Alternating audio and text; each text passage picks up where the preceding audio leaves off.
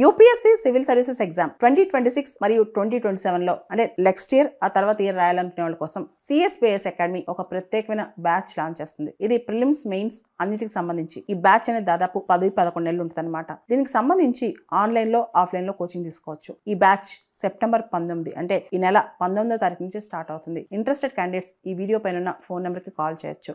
వక్ఫ్ act 2025 సంబంధించి supreme court కొన్ని కీలకమైన ఆర్డర్స్ ఇచ్చింది. ఈ రోజున మనందరూ తెలుసు, చాలా ముస్లిం సంస్థలు వక్ఫ్ యాక్ట్ వ్యతిరేకంగా కోర్టుకు వెళ్ళాయి. 1995లో యాక్చువల్ గా వక్ఫ్ యాక్ట్ వచ్చింది. ఆ తర్వాత రీసెంట్ గా దానికి చాలా సవరణలు వచ్చాయన్నమాట.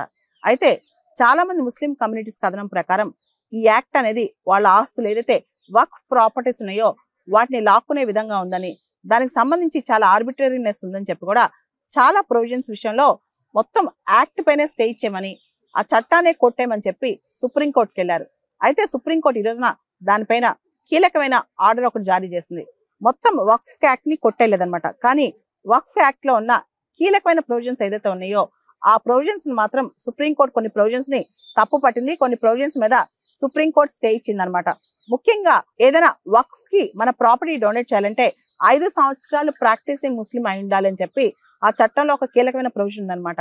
అయితే 5 సంవత్సరాలు ప్రాక్టీసింగ్ ముస్లిం అని చెప్పి నువ్వు ఏ విధంగా డిటర్మైన్ చేస్తావు, దానికి ఉన్న మొడాలిటీస్ ఏంటి, దానికి ఉన్న రూల్స్ ఏంటి, ఇవేమీ ఫ్రేమ్ చేయకుండా 5 years ప్రాక్టీసింగ్ ముస్లిం అనే రూల్ ఎలా తీసుకొస్తావు అని చెప్పి కోర్టు ప్రశ్నించి 5 years ప్రాక్టీసింగ్ ముస్లిం అయితేనే వక్ఫ్ కి ప్రాపర్టీ ఇవ్వచ్చు అనే ప్రొవిజన్ ని సుప్రీంకోర్టు ఈ రోజు స్టే విధించింది అనమాట.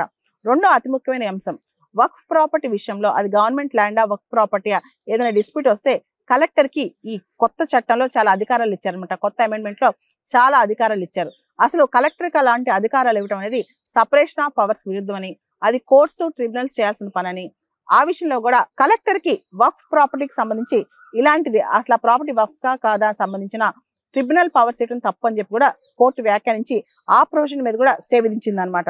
అదే విధంగా ఒక ప్రాపర్టీ వక్ఫ్ ప్రాపర్టీ డిస్ప్యూట్ లో ఉన్నప్పుడు ఆ వక్ఫ్ ప్రాపర్టీ పైన ఏ థర్డ్ పార్టీ రైట్స్ ఇవ్వకూడదని, ఆ డిస్ప్యూట్ సెటిల్ అయ్యేదాకా కూడా ఆ వక్ఫ్ ప్రాపర్టీ నేచర్ అనేది మార్చకూడదని కూడా సుప్రీంకోర్టు చెప్పింది అనమాట. దాంతో పాటు సెంట్రల్ వక్ఫ్ కౌన్సిల్ లో 4 కంటే నాన్ ముస్లిం సభ్యులు ఎక్కువ ఉండకూడదని, అదే విధంగా స్టేట్ వక్ఫ్ కౌన్సిల్ లో 3 కంటే నాన్ ముస్లిం సభ్యులు ఎక్కువగా ఉండకూడదని చెప్పింది అనమాట. దాంతో పాటు స్టేట్ వక్ఫ్ బోర్డు కి ఒక నాన్ ముస్లిం సీఈఓగా ఉండొచ్చా అంటే ఉండొచ్చు అని చెప్పి సుప్రీంకోర్టు ఆ ప్రొవిజన్ మీద స్టే ఇవ్వకుండా నాన్ ముస్లిం కూడా వక్ఫ్ బోర్డు కి సీఈఓగా ఉండొచ్చు, అయితే వీలైనంత వరకు ముస్లిం అపాయింట్ చేస్తే మంచిదని చెప్పింది అనమాట. మనకు తెలుసు వక్ఫ్ యాక్ట్ మీద చాలా పెద్ద చర్చ జరిగింది. దానికి సంబంధించి చాలా కీలకమైన ప్రొవిజన్స్ ని సుప్రీంకోర్టు ఈ రోజు స్టే విధించింది అనమాట. ముఖ్యంగా కలెక్టర్ అధికారాలు, వక్ఫ్ ప్రాపర్టీ నిర్ణయ అధికారంలో వక్ఫ్ ప్రాపర్టీ కాదు అది గవర్నమెంట్ ల్యాండ్, దీనికి సంబంధించిన కలెక్టర్ అధికారాలు అంత అపరిమితంగా ఉండకూడదని చెప్పుకొచ్చింది. దాంతో పాటు 5 సంవత్సరాల పాటు ఇస్లాం ప్రాక్టీస్ చేస్తేనే వక్ఫ్ ప్రాపర్టీ డొనేట్ చేయొచ్చు అనే ప్రొవిజన్ సంబంధించి కూడా ఎటువంటి రూల్స్ లేకుండా ఏ విధంగా నువ్వు ఇస్లాం ప్రాక్టీస్ చేస్తున్నావు 5 years అని చెప్పి ఏ విధంగా నువ్వు డిసైడ్ చేస్తావు అని చెప్పి కూడా సుప్రీంకోర్టు ప్రశ్నించింది. ఈ విధంగా వక్ఫ్ అమెండ్మెంట్ యాక్ట్ సంబంధించిన అనేక కీలక ప్రొవిజన్స్ సుప్రీంకోర్టు ఈ రోజు స్టే విధించింది. వక్ఫ్ ప్రాపర్టీ కంపల్సరీ రిజిస్ట్రేషన్ విషయంలో తాను తలదూర్చనని చెప్పి సుప్రీంకోర్టు చెప్పింది. అంటే వక్ఫ్ ప్రాపర్టీ రిజిస్ట్రేషన్ సంబంధించి ఉమీద్ పోర్టల్లో రిజిస్ట్రేషన్ సంబంధించి టైమ్ లైన్స్ ఏదైతే ఇస్తారో వాటిని ఖచ్చితంగా కంప్లై అవ్వాలని కూడా సుప్రీంకోర్టు చెప్పుకొచ్చింది అనమాట.